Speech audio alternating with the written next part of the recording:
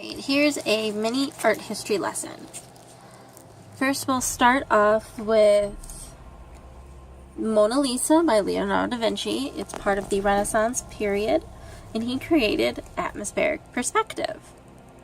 We're going to start with the background, which is everything at the top third of the page, and it does not have a lot of detail, hazy blues, grays, greens, browns, kind of like this muddy color. It's what you don't really see it crystal clear. Then the foreground is literally everything that's really close to you. So that would be Mona Lisa in this case. And it's very bright, bold, crisp, lots of detail, even though Renaissance painters weren't bright, bold colors like abstract artists are.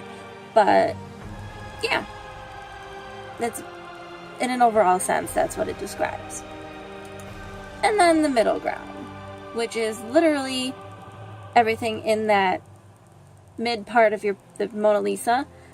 And it's the mid ground between the background and the foreground, so it has some more detail, they're brighter colors. It's still a little hazy, a little bit more detailed in the background, but that's basically your atmospheric perspective. Moving on to another piece in the Renaissance period, The Calling of St. Matthew by Caravaggio. I stuck this in here just to show that you can do contrast with painting. He's very good at doing that.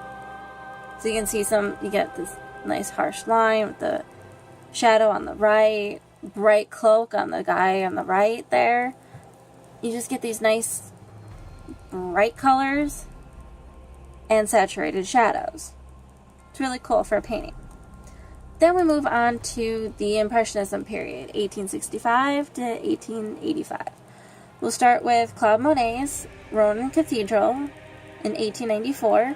Now with the Impressionisms, they actually paint with brush strokes, so they don't really blend their paint. What they blend, it blends when you move back about 5 feet. When you move back that far, it all blends and you can see what's going on. Up close, you can see individual brush strokes. This piece in particular, he sat there all day and painted the same cathedral at different times of the day. So you can see how the light changed throughout it. They love playing with light in the Impressionists. Another Impressionism is actually more towards what's called pointillism. George Seurat used points of paint in this painting. They're about the size of an eraser. This is like 6 feet by 8 feet. So it took him literally 2 years to do this whole thing. It's insane. But it's really cool.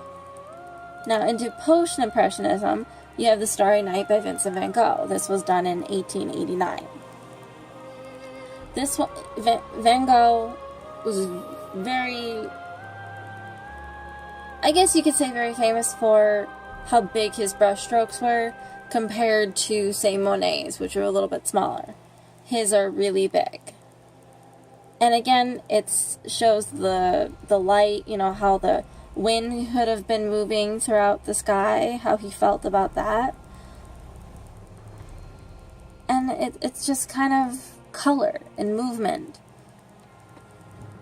Then we move to the Expressionism period.